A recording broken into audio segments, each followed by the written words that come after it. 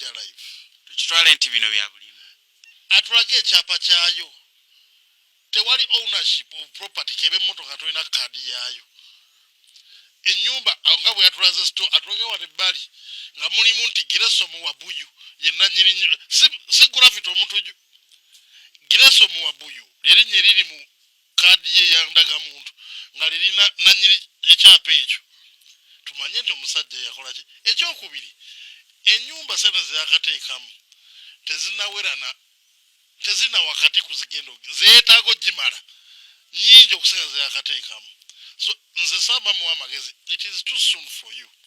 okulaga ekifulu bangi tebannakkiriza nti pulojekiti ya Gravity etambulira ddala ebintu ebya serious era ng'abamu ku bbuuyo Thaddeus gwe muwulidde abadde ayogera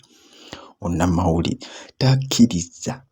bagamba ag'omu ku bugagamba mbu yajja live